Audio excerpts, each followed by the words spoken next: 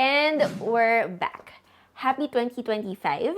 And the first video of the year will be a phone from 2024. Well, technically still new since last quarter of last year siya lumabas. Hey guys, it's your Tech Girl Mary and welcome back to our YouTube channel. So yup, considering that this is the first video of the year, I really wanted it to be special. Lahat kayo, ito yung hinahanap nyo na smartphone and I would like it to be my first phone of the year since sobrang nilulook forward nyo nga siya. But before anything else, new year, new setup, sana nagustuhan nyo. It's refreshing, I know, and also masarap sa mata because of the warm colors. And before we start, just a quick disclaimer guys. If you're expecting a full review, benchmarks, and all those, this is not it. But if you want to know how it will perform in real life, and as to why it's being called the best camera smartphone to beat by so many tech reviewers, then keep on watching. Let's start with the packaging. It comes with this signature black box. Ganito rin yung packaging nila from last year and very similar from what we recently reviewed, which is the X200 Pro Mini. But unlike that mini, this X200 Pro is available in the Philippines. It's already out of the plastic since I've been using it for almost a month already and I got it in titanium. Syempre, yung panundot natin, clear jelly case. If there's one thing I want to nitpick about this phone is probably this. You're paying extra for a flagship phone, sana man lang hindi siya clear jelly case, diba? Isa pa pala, USB-C to USB Type-A yung charging cable niya. Lastly, the 90 watts flash charge power brick. Sakat na. I know there is a gigantic camera bump out here, but there is a reason and some serious sensors, guys, on this camera bump that makes it a really good camera smartphone. Maraming upgrades yung X200 Pro kung i-compare natin siya from the X100 Pro camera department. And yung pinakamalaking difference nito is obviously the telephoto camera, which is almost the same setup as the X100 Ultra, which never made it here in the Philippines. Anyway, if you guys want a more detailed camera specs, here they are. Actually, Vivo claimed that this is the first phone with a 200 megapixels Zeiss telephoto camera that also gets a Zeiss T star coating. And if I were to be more detailed and describe more the photos taken by its telephoto camera, they were stunning. And the large sensor sizes mean that it's one of the best options in dimmer lighting conditions. The bigger the sensor, the better in terms of low light. I'm actually addicted, guys, doon sa bago niyang telephoto camera. 85mm is actually my favorite focal length in terms of street photography. Lalong-lalo na when it comes to my proper cameras or yung mga point and shoot, mirrorless cameras, 85mm yung madalas namin ginagamit even when it comes to B-rolls. And the results you can get with this phone are just mind-blowing. So yes, with that, obviously the telephoto camera is the biggest strength of the vivo X200 Pro. Para mas madali nyo din itong mahanap, once you open the camera app,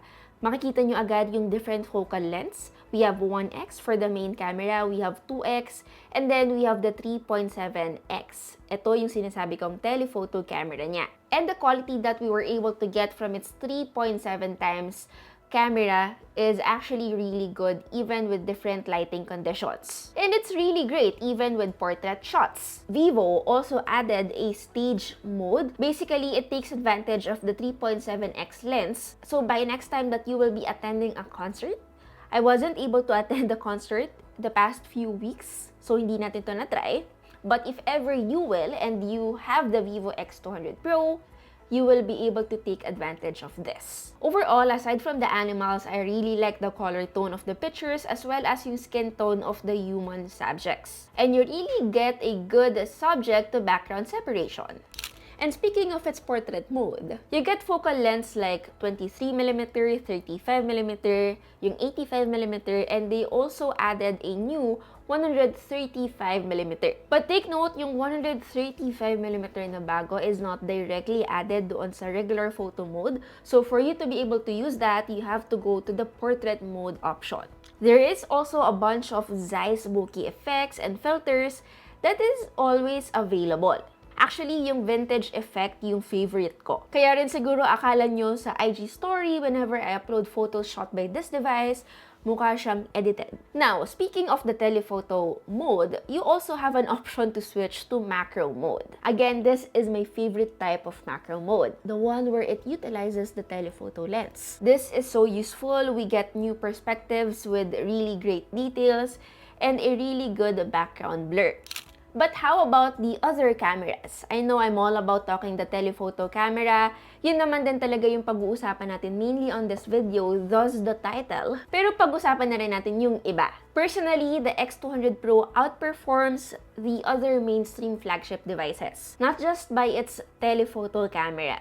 The main camera delivers the signature vivo look, which is vibrant, sharp, and detailed. And it leans towards more a warm, artificial lighting.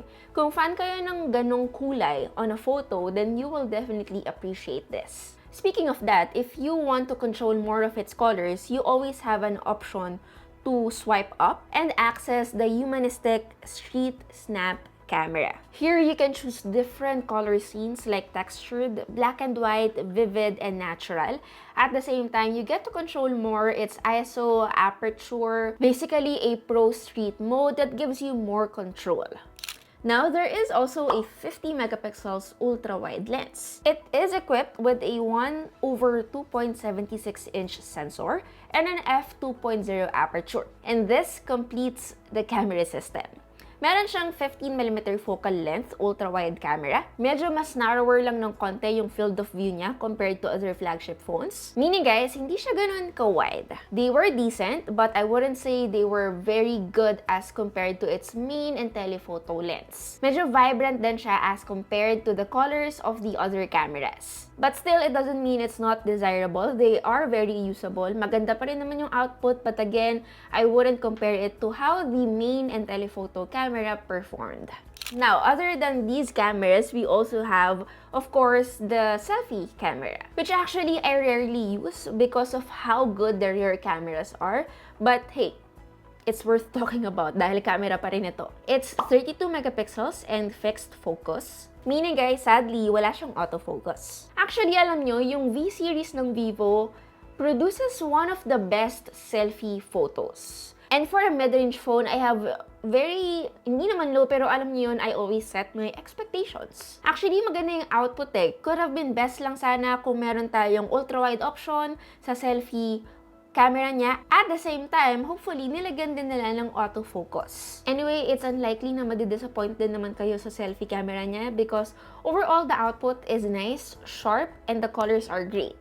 Now, let's talk about videos, which is, I'm very excited. I rarely get excited when I talk about videos dahil, alam niyo na, if I were to be honest with you, bihira talaga matapatan yung video output ng iPhone flagship devices. But it looks like Vivo really stepped up its game. There is now a log color profile. So meaning, pwede nyo nang i-apply yung sarili nyong color grade and you can also shoot up to 4K, up to 120 FPS. Perfect for slow motion shots. Actually, maganda rin yung video stabilization niya. At the same time, the microphones are decent. I also like that they added a new autofocus algorithm. From what I remember, ito yung issue ng ibang users from the previous X100 Pro. Ngayon, bukod dito, meron na rin siyang eye detection and so far, it is really reliable. Anyway, that's it. Let's talk about pricing. Yung vivo X200 Pro is priced at 69,999 pesos. And from what I know, isa lang yung variant niya na available in the Philippines, which is the 16 gig of RAM with 512 gig of storage configuration. Honestly, this phone is a real delight. If okay lang sa inyo to carry everyday a chunky device, which is I think very common naman sa flagship these days, I am sure you'll love it too. Alam niyo naman ako, honestly, hindi ako mahilig sa malalaking phone. If kaya lang nating paliitin lahat yan, but still manage to maintain all the flagship specs. But eventually naman, in terms of its sizing, I got used to it. So yes, the design will grow on you eventually as you spend more time with the vivo X200 Pro.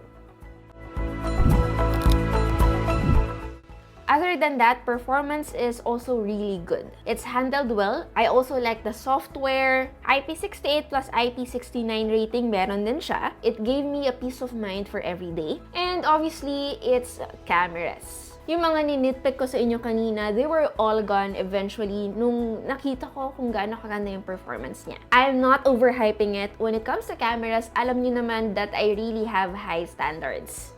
So, overall guys, I'm glad this came out in the Philippines. We don't have to outsource. Hindi natin kailangan bumili sa gray market. At the same time, obviously, after sales, may warranty kasi nga officially launched in the Philippines. Anyway, overall, ang haba na ng video natin. It's a really good and well-rounded Android flagship phone. And actually, for me, it's one of the best value for money flagship phone of the year. Both 2024 and early 2025. Anyway, that's basically it. I hope, guys, worth the wait siya. Again, it's your Tech Girl Mary, and see you on our next video. Bye!